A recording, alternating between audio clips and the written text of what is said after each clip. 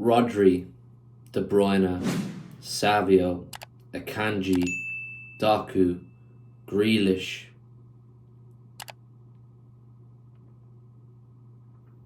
We're in trouble. We are in trouble. There's a lot to unpack after tonight's game. I don't know what way to feel about it because I do take positives, weirdly. I do take positives. But unfortunately, this video, this conversation we're having, it is negative heavy because I'm starting to feel the avalanche of pressure and concern surrounding this Manchester City team. Do me a favour first, please hit a like on the video, subscribe if you're new. We're about 40 subscribers away from 10k. 10k would be great to hit, so if you could help, that would be great. We're in trouble. We're in real trouble. To give you a statistic, I know a lot of you like your stats. 37% of this Manchester City squad is injured.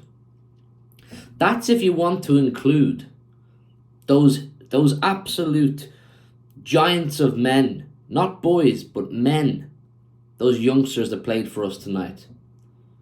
If you don't want to include them and you just want to include first teamers and the usual faces that we have, we're looking at over 40% of the squad being injured. But if I'm going to include these guys, 37% of the squad is injured. This is a problem. This is a problem for any club, but for a team and a manager like Pep who likes to work with a small squad, this is a real problem.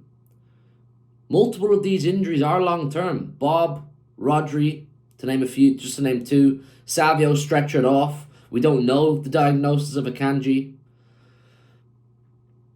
I can't help but feel we may have left ourselves short, depth-wise, in this squad in the summer.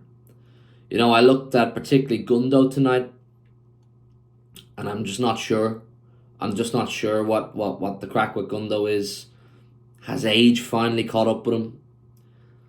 I think we're relying on him a lot more than we expected to be due to injuries, but we could have protected ourselves from this situation with more proper business. And I said it, I did say it in the summer, we need more proper business, more reinforcements in the midfield, more reinforcements, more. If we are going to compete, we're going to need more. And now we find ourselves in the dreaded position of uncertainty. We're now going to be relying on players to play in positions that they're not comfortable in, to play more minutes than they're comfortable in. And it leaves us in a very, very bad position. There is a lot of negatives. The only positives I can take from tonight are, first of all, I want to commend Nico O'Reilly, Jacob Wright, that Simpson Pusey, who else was there? The youngsters that played tonight, James McAtee, those young lads that played tonight, played fearlessly, and credit to them for fighting as hard as they did. Like, what can you expect of them? What can you expect of them when they're thrown in the deep end like that? I do want to commend Mateus Nunes on his goal. He's going from strength to strength. For me, he's a left winger now. In my head, Mateus Nunes, he's now a left winger. We have seen a bigger sample of work of Mateus Nunes performing at left wing than we've seen of any of him in midfield. He's a left winger in my head. And if he keeps performing the way he is, obviously with the stronger team around him, I think that left wing spot's his to take. Regardless of when Doku and Grealish arrive back. That's his to take. So first of all, a big well done to Nunes on his stepping up over the last few weeks, and a big well done to those young lads tonight. But the team has problems. The team has problems. And I'm just going to call a spade a spade. Now, a lot of you who watch me for a long time, you'll know I am a very positive City fan. I don't like to criticise too often. I like to give things time before I talk about issues and, give them the benefit of the doubt that maybe it's a short-term kind of problem that they're working on. But the defence is a real area of concern for me. And this isn't something that we just saw tonight and went, oh, the defending's very poor tonight. No, this is a recurring theme that we're seeing a Manchester City defence look hopeless. Genuinely look hopeless. We've now seen multiple times over the course of this season opposition attackers getting the ball on the halfway line after turning the ball over from our possession and going 40 yards down the pitch. There should never be an instance where one player can carry the ball 40 yards from the halfway line into our box. Against Manchester City, that should not happen. With the quality of defenders we have, that should simply not happen. When we are in possession and we get turned over, we lose possession, we are so easy to counter against. Now look, we could have scored goals tonight in that second half, of course we could. But we also could have conceded goals.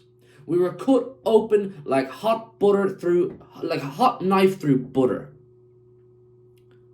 We looked hopeless at times.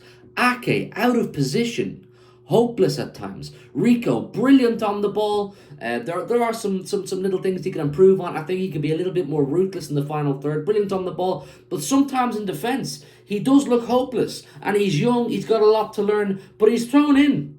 He's thrown in. He's there now every week. So I'm going to start building my expectation of Rico Lewis. I'm very concerned about the defence and how easy we are to counter against. A better team than Tottenham would have put multiple goals past us tonight. They would. They simply would. Doesn't matter if you have De Bruyne on the pitch. Doesn't matter if you have Grealish on the pitch. Simple facts are, a better team would have scored plenty of goals tonight. They would. We were vulnerable, really vulnerable on the counter. I fear for the idea that had maybe Son and Maddison both been playing tonight, we could have been pumped, really pumped. The midfield is also a massive area of concern. Like I said, obviously without Rodri now, we are missing a massive presence, but we just have to deal with it. I'm generally not someone that sits here and goes, oh, poor us, injuries. Because we've dealt with injuries in title-winning campaigns the whole time. We've always had injuries in title-winning campaigns. But this is a lot. This is more than what I'm used to. This is more than what we're used to. First of all, I think business must be done in January. Must be done in January. Midfield business, paramount. Paramount. I'm talking defensive and attacking midfielders. Paramount. Go get Zubimendi. Go get a proper established defensive holding midfielder, a specialist.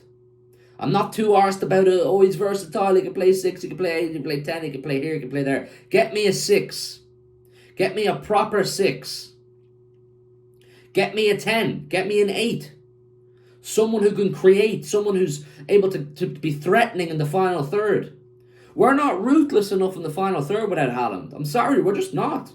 We rely so heavily on Haaland, and the guy delivers non-stop, credit to him. But we're not ruthless. We're not. That's bottom line. We're not ruthless in the final third. There's too many occasions where we get into their box and we start trying to play pinball. 2-yard pass here, 2-yard pass there. Hit the fucking ball. That goes for Rico tonight and other games. That goes for Foden. Foden tonight was in shooting positions and opts to go for a pass instead. Be ruthless. Or else you're going to get labelled Haaland FC. Unless we fix up the midfield, you're going to get labelled Rodri FC.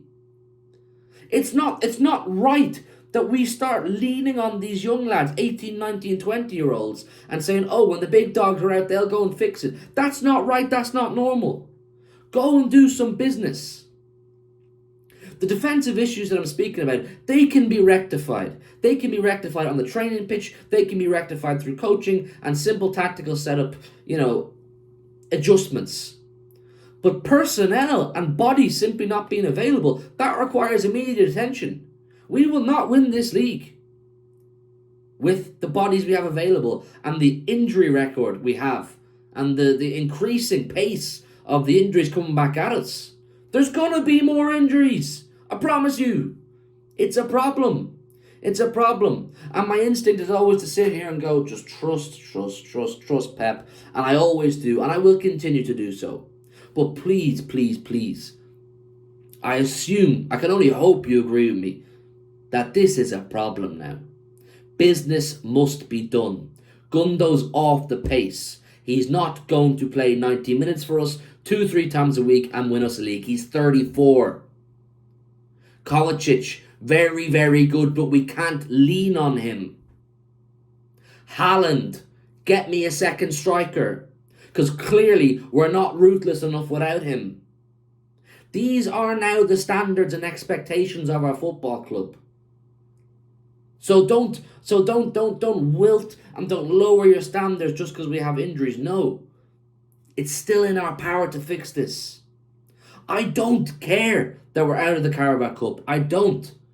I'm purely talking on a moving forward basis in the league campaign and the Champions League. Carabao Cup, fine. It is what it is. I would like to win tonight. I'd like to go and challenge for it. But look, our hands were tied. Our hands were tied. We had no fucking players. Oh man, rant over. It is what it is, man. Big game against Bournemouth on Saturday. I don't know what the team's going to look like. Do you? Man, please let me know your thoughts down below in the comments. Leave a like. Help us get to 10k by subscribing. And we'll chat about this more tomorrow. In a bit.